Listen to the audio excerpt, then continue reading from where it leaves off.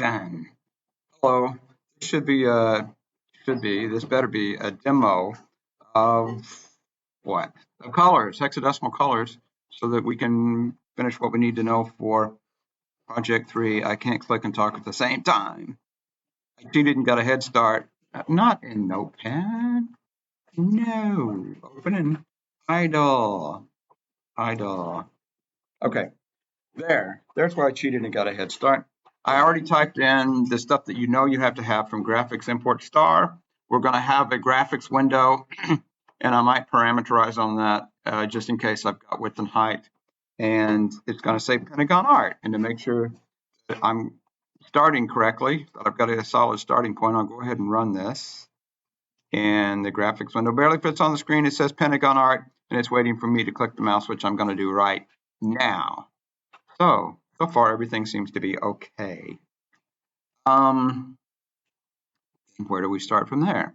We've got a graphics window. We've got our whiteboard on which to draw, our canvas, our blank canvas to draw on. And I want to make pentagons. How do I make pentagons? Well, where's the graphics PDF? This is the one you have on paper, and I always use it on paper, but I can't see paper in the dark. So here we are. Here's the graphics reference. Graph when object, no, that's not a pentagon. Graphics object, maybe, but it doesn't say anything about pentagons. Points, lines, circles, rectangles, almost there, but I need an additional side. Oval, polygon, text, entries. Anybody have any suggestions about how we might be able to make a pentagon, even though there is no specific pentagon object? A polygon? A polygon just means that it's a geometric figure that doesn't have any curves or anything. It's made up of line segments connected at the endpoints. So triangles are pentagons. Rectangles, even though there's a rectangle object, we could make rectangles using polygons. Pentagons, octagons, septagons, any of those things we want. So all we got to do is figure out how to use polygon, constructs a polygon with the given points as vertices, and that's all it says. Would also take a list. But here, look at this. Their polygon example, if you reverse engineer that, I don't like that they create points on the fly. It's a much better idea to do that in advance, and we'll be getting the points we need from user mouse clicks. But this one would make a triangle. That's a polygon that they're making here. That would be a triangle. And I'm going to leave that bookmarked over here and get this out of the way. There's going to be so many windows on the screen once we get rolling. Okay. Well, all of that was to say, we're going to let the user click the corners. Get points from the user to construct. Oh, and construct a pentagon piece. There. I typed the comment. You tell me what Python. How do we get points from the user to make a pentagon? How do we get any point from the user at all? Get mouse. Back to the references. Get mouse. I think that's one.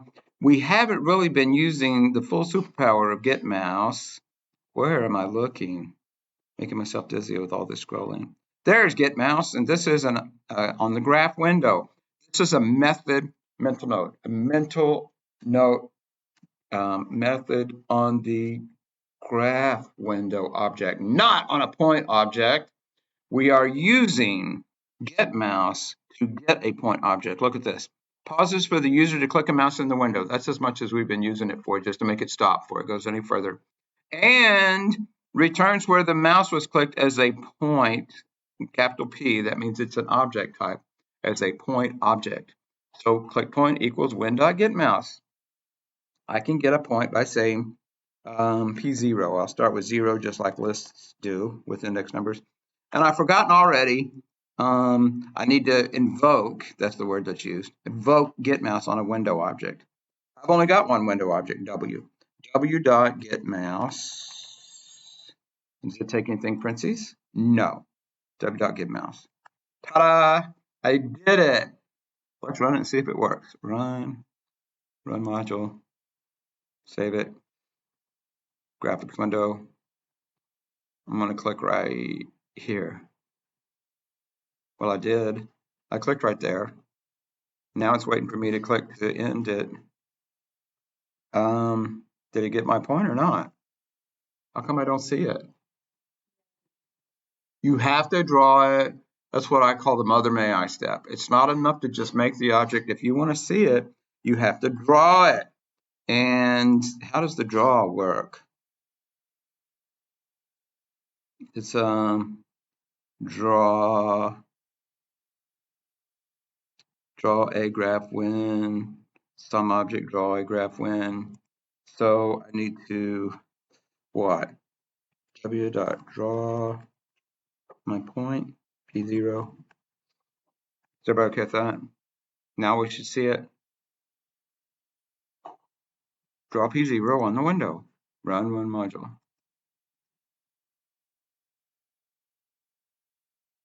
Window, click a point. Yikes! Back behind my window. I'm going to have to close the window, and I have to close it with an X way because it's not continuing. Graph when object has no attribute draw. Did you mean redraw? Well, actually, no, I didn't mean redraw. Why doesn't it like that draw?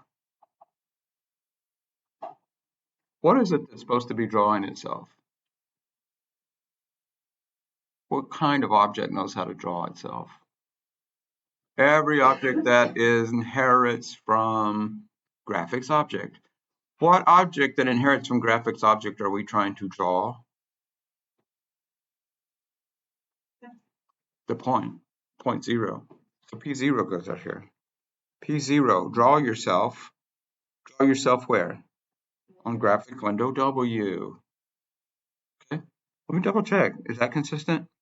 Draws the object given in the given graph window and returns the object. Some object, playing the role of some object over here is the only object really that we've got except for the window itself. Our point P0. P0 dot draw yourself in some graphics window. The only window we got is W. What is my point? See what I did there? My point is, don't try to just memorize this stuff. If you go in the lab empty-handed, you don't have a graphics reference manual, you don't have the example programs, and you're able to type in Project 3, then hallelujah, and wow, I'm impressed and intimidated and all that other kind of stuff. I don't try to do this stuff without using the references. Look stuff up and see if you can figure out from their example and their description how you're supposed to use it. I don't have this memorized. Let's see if this works any better. Now, it should. I mean, if we think through it, we are telling this point object to draw itself in window W. And if there's any typos in that, I did that on purpose if you're paying attention. So far, so good. I'm going to click or maybe right here. Well, I can see a point. Can you see a point? There's a tiny little point right there where I clicked. Did everybody catch that? That's hardly a pentagon. But before we go further, I've got the point and I drew it, but I might, if I'm writing in Project 3, I might want to know where that point is on the screen. It's X and Y coordinate. So that we go shopping over here. Oh, looky. If I have a point object like P0, I can just say get X. And it will get the X coordinate. I can just say get Y. Methods on the point object. So P0 dot get X. And I have to camel case it exactly the way they do it over here. I can't use a lowercase x. And I also want to get the Y coordinate. P0 dot get Y. Because, and I'll print them out. Anytime I do a print, it's going to go back to my regular runtime window, my console window, and do the dialogue of text back and forth for the user. Well, you'll see what I mean. And I want to print out where this was. You click at X. What did we print out? We got the X coordinate. Where did we print? How do we print it out after I've gotten it? Look at the manual. Back to the manual. Look at this. Returns the x coordinate of a point. Returns just mean it sends it back to you. Like input sends back to you the string that the user typed in the screen at the keyboard. How, with the input statement, did we save what the user typed in case we wanted to look at that or print it out later or whatever? You got to store it in a variable. You got to turn it into an assignment statement. Look at this. This doesn't just call get x on a point. It saves it in a variable called x value. We've got, if you recall from class, we've got all those elaborate conventions about the variable names for the corners of the triangles and everything. I'm not going to get into that. I'm just going to say that P0x equals P0.getX. I'm hoping this fits together logically and intuitively. What about the Y? How about P0Y? Now, the strange thing is, just like with getMouse, which we weren't storing anywhere before, I can call getX and getY without putting them in variables, fine. Python will figure out what the X coordinate is, send it back to my program, and then my program promptly forgets it. No, I'd have to call getX again if I ever wanted to know it again. This way, I'm storing the X coordinate of point P0 and storing the Y coordinate of point P0 in case I need those in the future, down here later on in the program to calculate coordinates of something else. That's where your variable naming conventions come in from, all those tables that were on that board behind me. You've got to save the X and Y coordinates of the points where the user clicked so you could do the math and figure out the reflections and all those cool things. All I'm going to do right now is just print them out. You clicked at X, and now I've got it in a variable, P0X, Y, colon, and P0Y. And I hope that works. We'll run it and see. And yes, I do stop and run the program like every 2 or 3 lines of Python code. Trying to get a whole bunch of screen full of stuff done and off the ground at one time. It's just asking for heartache. Okay, click a point. There's the point. I see it. Get out of the way here. Look at this.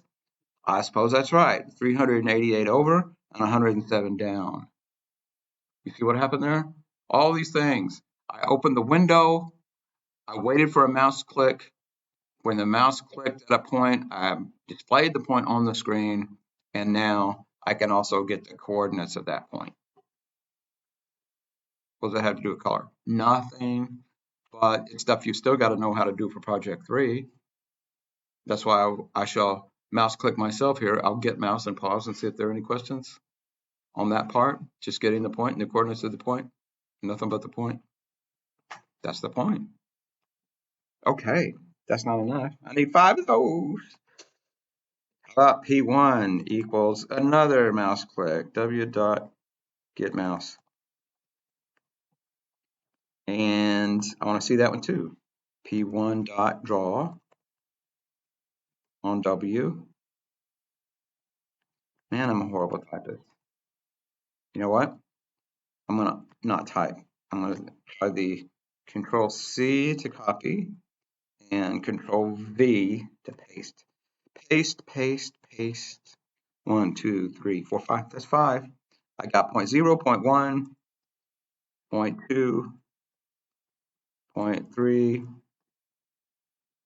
0.4. And since I started counting at 0, because that's where how the index numbers go in a list, so I'm kind of used to counting that way. Starting at 0, that should give me 5 points now. 1, 2, 3, 4, 5. Let's see. Run. Okay. And I shall click here. There's a point. 2, 3, 4, 5. It's not a pentagon. A constellation. I meant to do that. I was making a constellation. And then when I click again, it all goes away. And no red paragraph of death, so everything is fine and dandy. Now then, back to the drawing board, so to speak. Line method, no. Now I could, you know what? I could connect the dots and make a pentagon using lines, just pairs at a time. That's going to be a lot more work than using pentagon object. But what would be a disadvantage, would you guess, if I drew the pentagon just using lines one at a time? Time's up. If I draw it using lines one at a time, then Python, the graphics library, does not know that pentagon is supposed to be one object, and it's not going to let me use things like set fill to change the color, for example. It's going to view that as just a collection of 5 different line segments, and you can't set those to set fill color or anything. So no, let's not use line segments. We're going to use, I'll call it pentagon, P-E-N-T-A-G-O-N. We're going to use the polygon method, not method, object type, P-O-L-Y. No, Polynesia. Polygon. And just to make sure, just list all the points, as many points as you need. I need all of them, P0, P1, P2, P3, P4. Could it really be just that simple? Is our life so easy? Let's see. And away we go. 1, 2, 3, 4. Hold your breath. 5. It's still in constellation mode. Where's my polygon serving the role as a pentagon? Why didn't it display it? Mother, may I? You always got to draw yourself if you're an object, or you're not going to be invisible. You are going to be invisible. So I need to draw a pentagon, just like the point. All the graphics objects know how to draw themselves. P-E-N-T-A-G-O-N. And since there is a possibility, we don't ever use it, but there's a possibility there could be several graphics windows open. You got to tell it specifically which window you want to draw it in. W. Does that look good to go there? Is everybody okay with that? It's got to be draw. It doesn't know what that means. It's got to be the object name, dot, and then the method. I'm going to type method. How about draw? Draw is a method, and it draws it in the window. How am I going to remember all that? You're not. That's why you take your graphics manual with you to the lab whenever you're working on Project 3 or Lab 10 or anything else. Now let's see. Run module. Okay. And 0, 1, 2, 3, 4. Ta-da! We have pentagon. And all we had to do was get 5 mouse clicks and pass them on. Perhaps we should quit while we're ahead. But we haven't done anything with colors. How do we color in a pentagon, a polygon? All it says is polygon and get points. That doesn't say anything about color. Where should we look at our graphics manual to find out about color? The color section. What's that? I think that's like way down at the end. Generating colors. They kinda say down here, right? Example, a circle dot set fill. Oh my goodness, what gunk. That's awful. There's got to be someplace else. How do I get the color? It's not necessarily an intuitive name, but you might remember it's on the graphics objects, and it's which one of those methods? Set fill. Set fill sets the interior of the object to a given color. That's just tracking it down in the manual again. You might think it's set color or something. That would make sense. Set background color. Sure, those make sense. That's just not what they're called. It's called set fill. So I got to do the set fill thing. Right before I draw it, I'll do pentagon. Set fill, kind of blue, and run module. 1, 2, 3, 4, 5. That is blue. It's bright blue, but the outline is black, and it kind of got lost in the shuffle. So I'm going to thicken the outline. How do we thicken the outline? The set outline wants a color. That's going to set the outline color. Set width is the one that changes the width of the outline, and their example is some object. Our object will be the pentagon. Let's do both. We'll do the set outline and how wide it is. P-E-N-T-A-G-O-N, and set outline. Is it T-O-N-E? Set outline, is that an empty parenthesis one? No. What does set outline want? Color. So I'm going to set that outline to light blue. Now, to make it thicker so we can actually see it, that's set width. You just go shopping over here and find either in the graphics object list of methods or in the specific object list of methods, you're going to find what you need to get all these things done.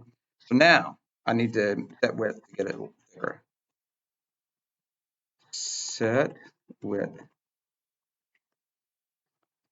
30. That'll be huge wide. I don't care. It's bold. I like it. Run module. Okay, here we go. 1, 2, 3, 4, 5. Yes, yes. That's cool. That's like a neon outline. Dark blue with light blue, or regular blue with light blue. Question about that so far? We have color. But we need more than that. We need several pentagons. Let's do 3. Let's make 3 pentagons. I can just, rather than copying this code, maybe 3 this time, maybe 5 next time, maybe 10 next time. I don't want to just copy and paste this code over and over again. That would be silly and immature as a Python programmer. Let's be mature Python programmers. If I want to do something multiple times, what sorts of facilities do I have available to me in the Python language? If else, oh, a loop. How many kinds of loops we got? 10. Somebody say 10. I want to hear them. If you got 2, we got what? We got your what? While loop or the for loop. I helped. Which one? If I know this program, I can't do everything generally. I'm just going to do 3 pentagons, and that'll be enough. How can I set up a loop that goes exactly 3 times? Is it a for loop or a while loop? A for loop. So before I even start getting all the points and everything, if I want to do all of this stuff 3 times, then I've got to slip up here on top of it. And I'll start with a comment. Loop, loop 3 times for 3 pentagons. For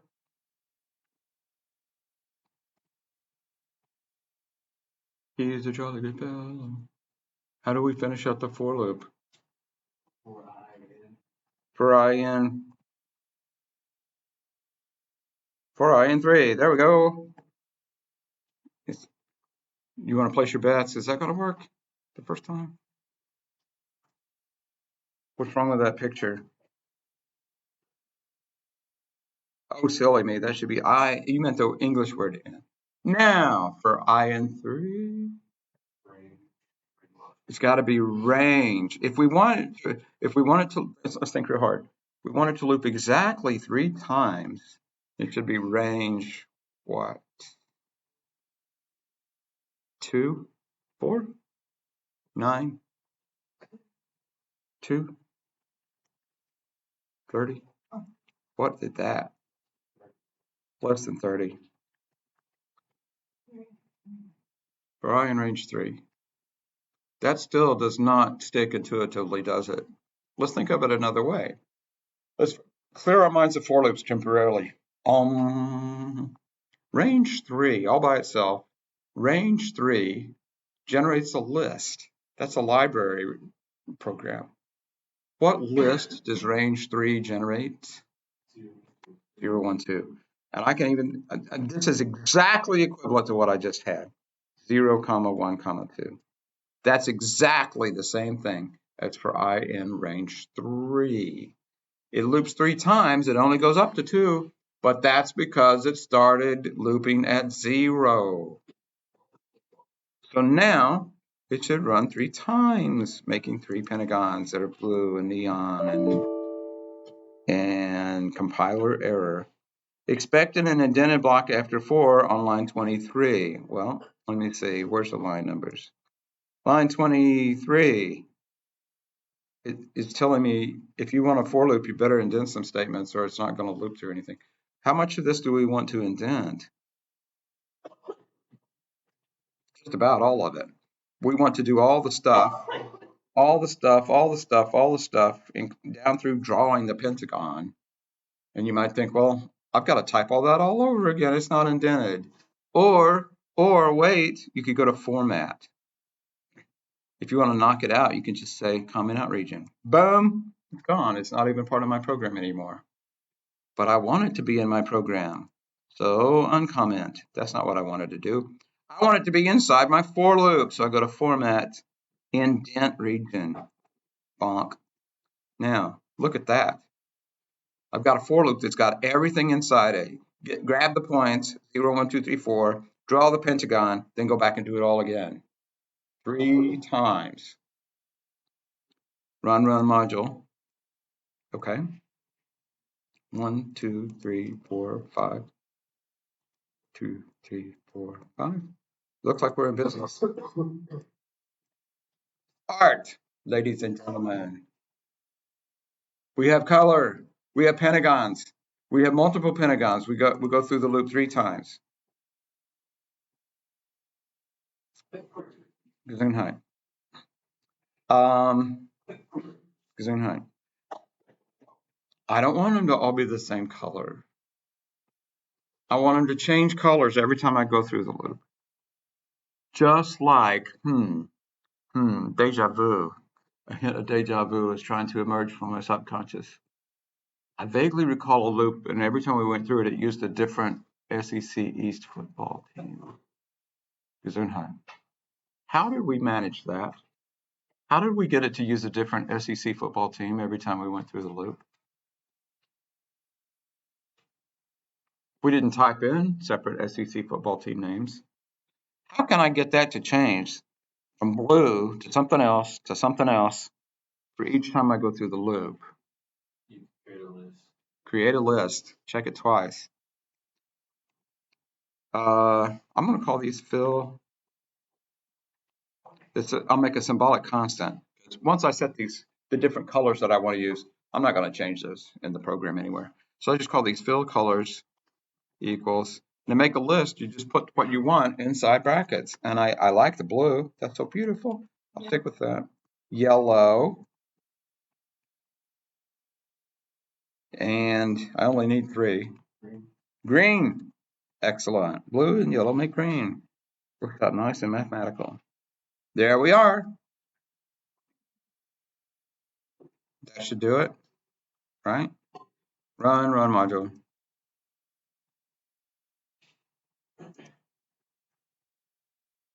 The blue, the red, and the green. Needs a little bit of adjustment. It's using blue every time it goes through the loop because I've told it to use blue every time I go through the loop. But I only want it to use blue. Silly me. I only want it to use blue the first time through the loop. Fill color number 0. Right? So when I go through the loop the first time, I want it to use fill color number 0. Of course I do. Run module. It's a science class. We've got to experiment and see what our results are. What on earth? I broke something. Fill color is not defined. Did you mean fill colors? Why, yes, Mr. and Ms. Compiler, I did intend that. Thank you very much. Colors. There. Okay. Now everything's perfect. Run module. Blue. Yes. Green and red. Back to the drawing board. Now it wasn't blue, red, green. It's blue, yellow, green, but it still didn't show up. Why didn't it change every time I went through the loop? I've set it to blue every time I went through. Fill color 0 never changes. That's a constant. That's a symbolic constant. Oh, if only there was some way to get the index number to change every time I went through the loop.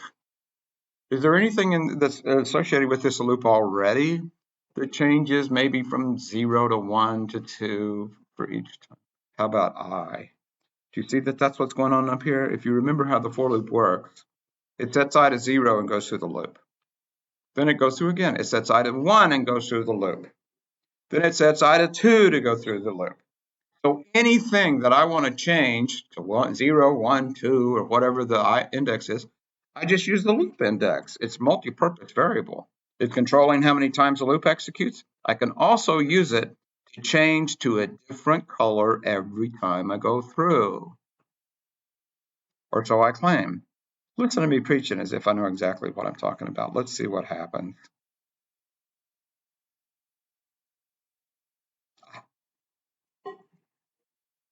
Oh, there's the yellow. And there's the green. And as gorgeous as that is, I don't like the light blue outline. How can I make that change every time I go through the loop? How about another list? Instead of fill colors, I suggest maybe outline colors would be a good name for this one.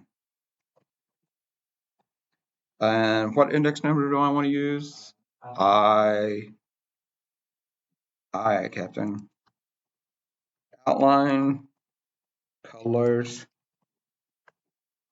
I'm going to press my luck and see if it knows the light version of all of these. Blue, no, light blue. Light yellow, yellow's already light, but we'll see.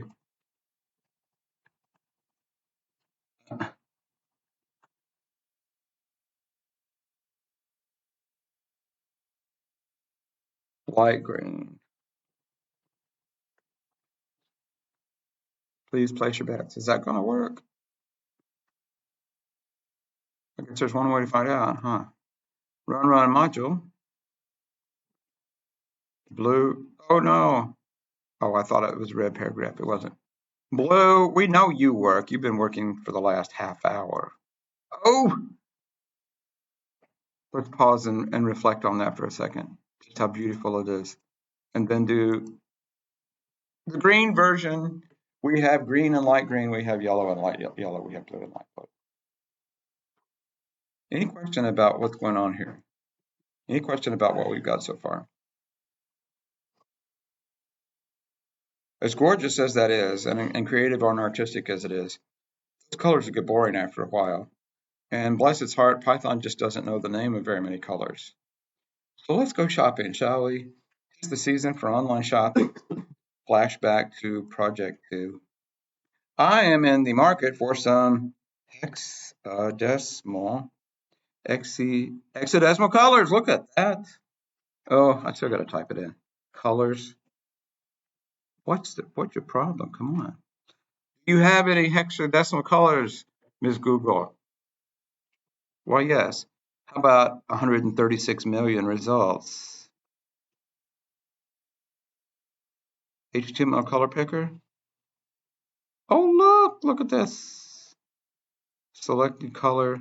Now look at this. This is an unwieldy web page, but look what they're doing for us. Oh my goodness.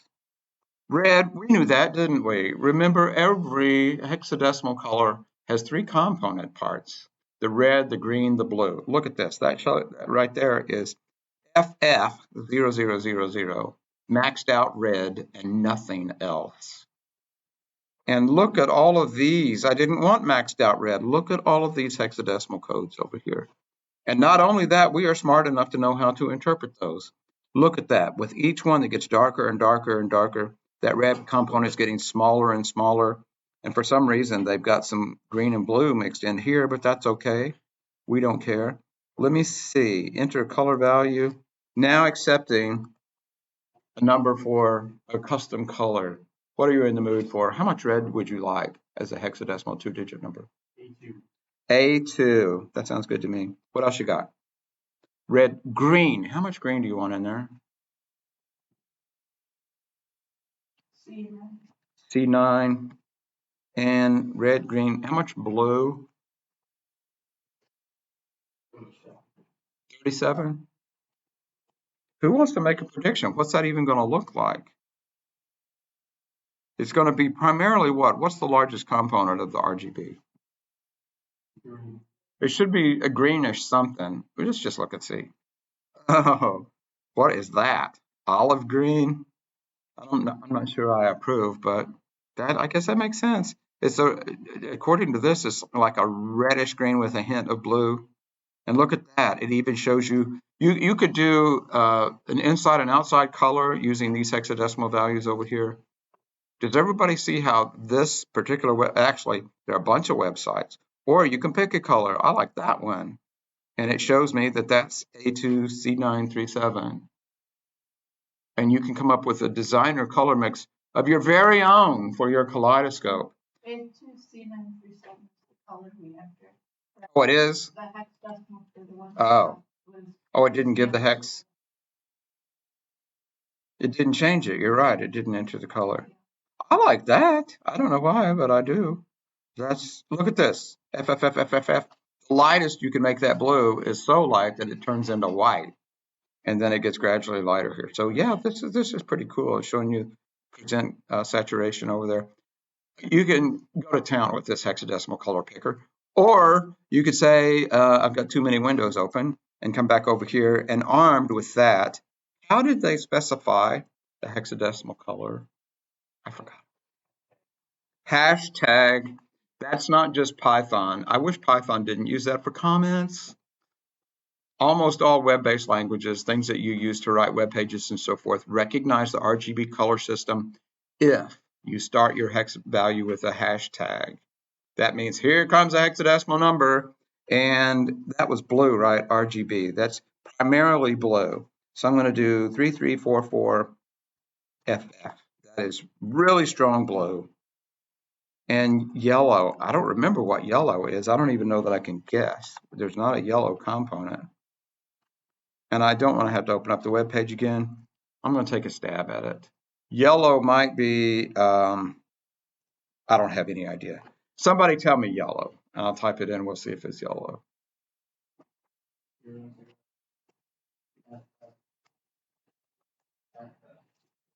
We'll see. We'll see. RGB, the middle component will be heavy here. I'll work my way. 1, 2, EE, not quite as big as it could be. And 2, 1. There.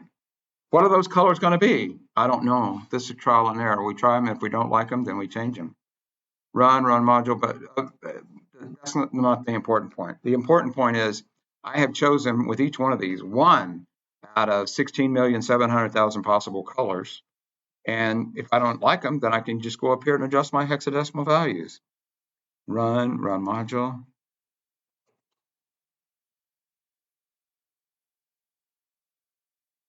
That's still blue. That doesn't look different at all. Whoa. It's not really yellow, but still that's a cool color, turquoise. There. That's primarily green. So much fun. Let's do the outlines. Let's say that I want the outlines still to be the lighter version of the same thing. So I've got to have the hashtag out front, and I'll just cut this roughly in half. 1, 1, 2, 2, and F is 15. Half of 15 is about 8.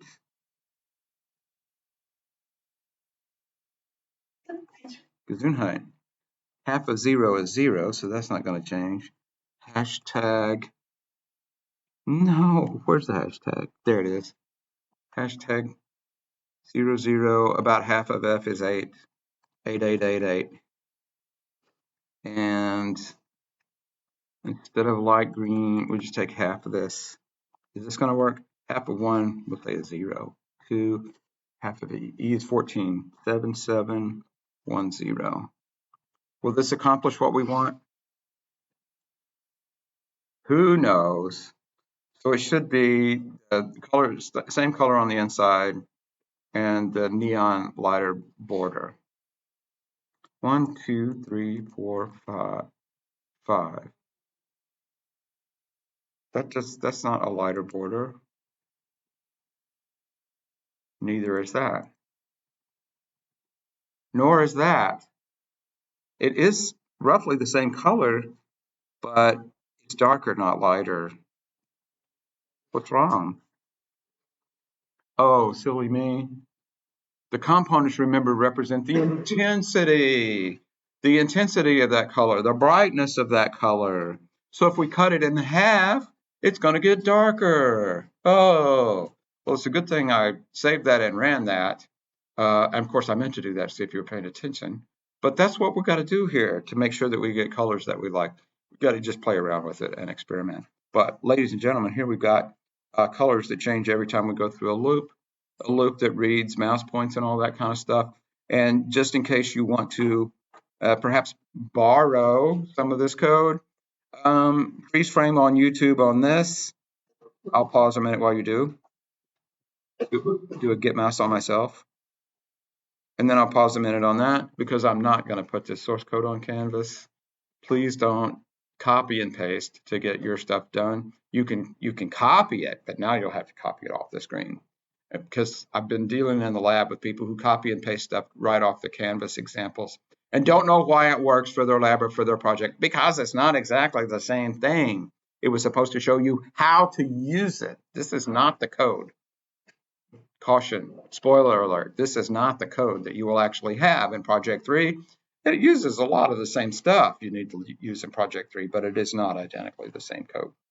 And who has a question or a comment or an answer or anything else about this before I close up shop and try to find how to turn off the video down here somewhere? Any question about anything that happened in this program? Yes. For our project, we can't just put range 0, 1, 2, 3. We have to, so we just do eval input, store that as a variable, and then put that variable into the range. So you do not, his observation is you cannot just put the explicit list. You have to use a range and put a number in there. Why? The user picks how many. And you can call that, what might you call that? Well, it's called n in the assignment. I'll just call it n. You'll have to read in a value from n before you even start. And then you'll have to loop that many times. Now this code won't run, I broke it. So there, that's why I'm not going to put it on Canvas. That and other reasons. But yes, you've got to read in a value and then use that to control the range of the for loop. Other questions? Another question. If you really, really find 3 colors that you like, are you going to be able to get away with a list of 3? How long should your lists be? 10. You got to have 10 hexadecimal colors for the fill, 10 hexadecimal colors for the outline. Okay? Anything else before I shut down the video? Goodbye. No, I'm not going to save it this time. Goodbye. Goodbye. Goodbye.